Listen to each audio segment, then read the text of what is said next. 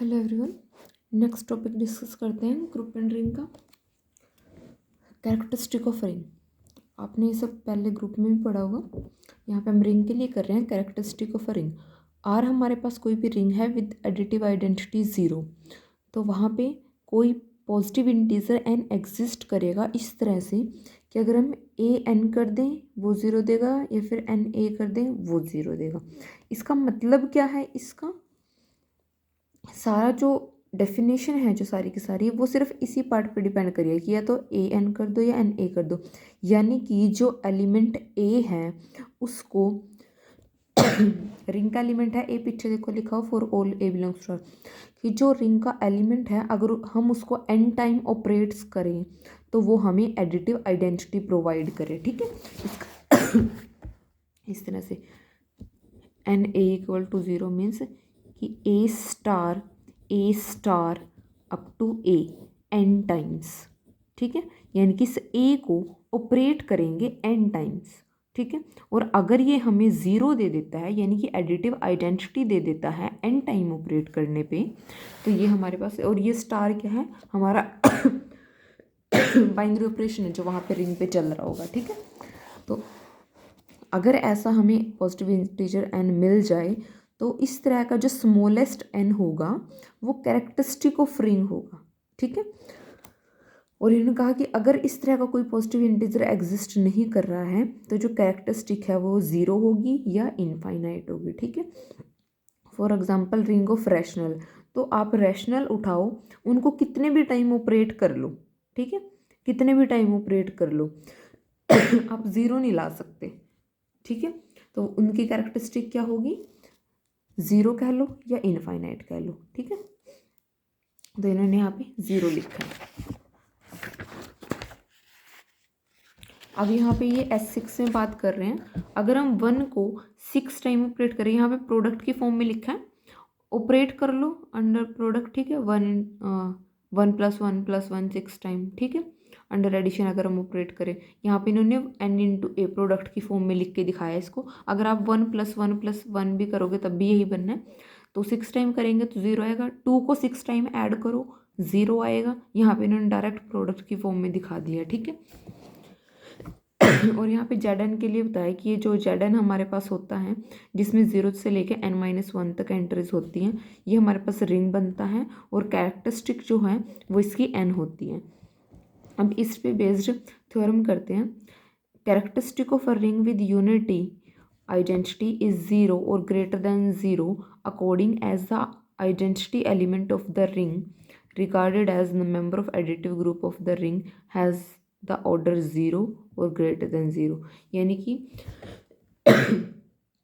Characteristic कोई ring with unity है हमारे पास, उसकी कैरेक्टरिस्टिक 0 होगी या ग्रेटर देन 0 होगी। वो किस पे डिपेंड कर रही है? According as the identity element of the ring, यानी कि रिंग की जो आइडेंटिटी एलिमेंट होगा जो हमारे पास जनरली 1 आता है, उस आइडेंटिटी एलिमेंट पे डिपेंड करेगा कि उसका ऑर्डर 0 होगा या ग्रेटर देन 0 होगा। ठीक है,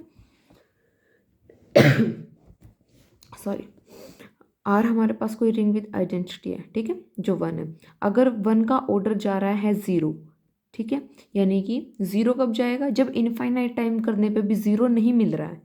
ठीक है, तो अगर वो जा रहा है 0 तो हमारे पास कैरेक्टरिस्टिक ऑफ रिंग क्या रहेगी? 0 रहेंगी।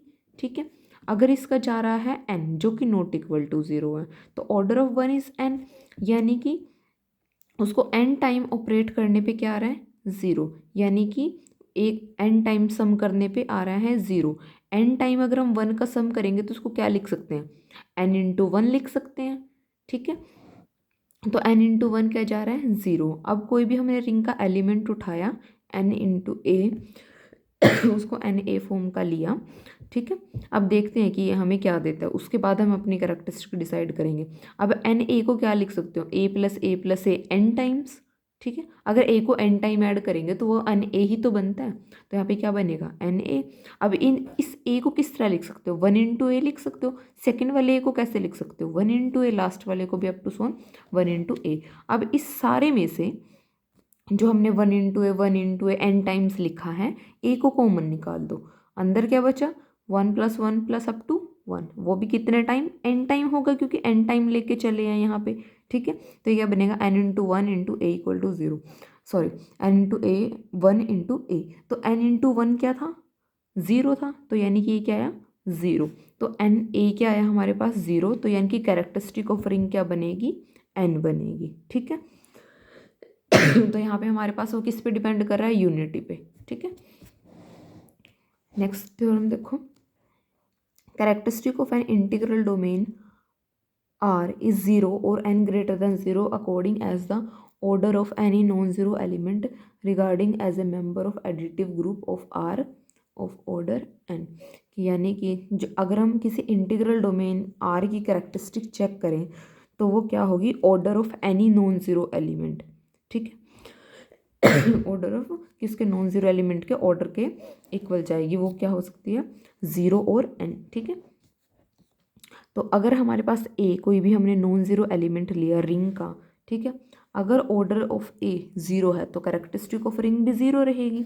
अगर हमने ले लिया वही ऊपर वाले एग्जांपल की तरह प्रोसीड कर रहे हैं कि ऑर्डर ऑफ ए n है तो n इंटू ए क्या रहेगा 0।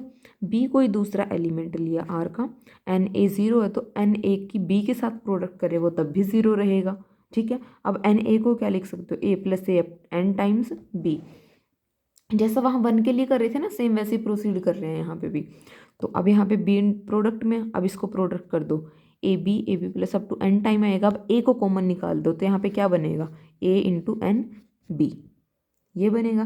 पर हमारे पास एलिमेंट कहाँ से आ रहे हैं, आर से, आर क्या है इंटीग्रल डोमेन है, और ए हम यहाँ पे क्या लेके चले नॉन ज़ीरो। अब इंटीग्रल डोमेन में दो नॉन ज़ीरो का प्रोडक्ट तो हमेशा नॉन ज़ीरो जाता है, ठीक है।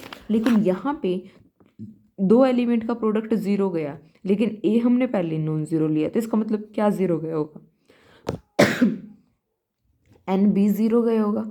अगर एन बी 0 गया होगा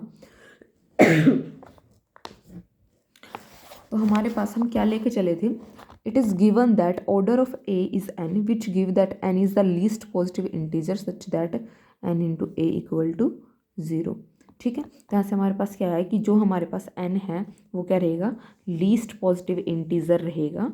किस तरह से कि वो इस a को क्या कर देगा, 0 कर देगा, यानी कि क्या बनेगा उस रिंग का कैरेक्टरिस्टिक बनेगा। अगर हम n आर्बिट्रेरी b के लिए भी 0 बन रहा है, a के लिए भी 0 बन रहा है, मतलब आर्बिट्रेरी हम जितने एलिमेंट उठा रहे हैं उनको, उनका कैरेक्टरिस्टिक क्या बन रहा है, सबका n से प्रोडक्ट करने पे 0 दे रहे हैं, यानी कि n टाइम ऑपरेट करने पे क्या दे रहे हैं, 0 दे रहे हैं। अगर हम इनकी जगह पे 0 एलिमेंट भी उठा लें तब भी 0 आएगा, तो यानी कि n ही हमारे पास वो पॉजिटिव इंटीजर है जो n x इक्वल टू 0 दे रहा है for all x belongs to r, यानी कि उस इंटीग्रल डोमेन के सभी एलिमेंट के लिए n टाइम ऑपरेट करने पे क्या मिल रहा है, हमें 0 मिल रहा है, ठीक है। b के लिए भी हो गया, a के लिए हम लेके चले थे तो b के लिए हो गया, यानी कि जनरली सब नॉन ज़ीरो एलिमेंट के लिए हो गया, ठीक है।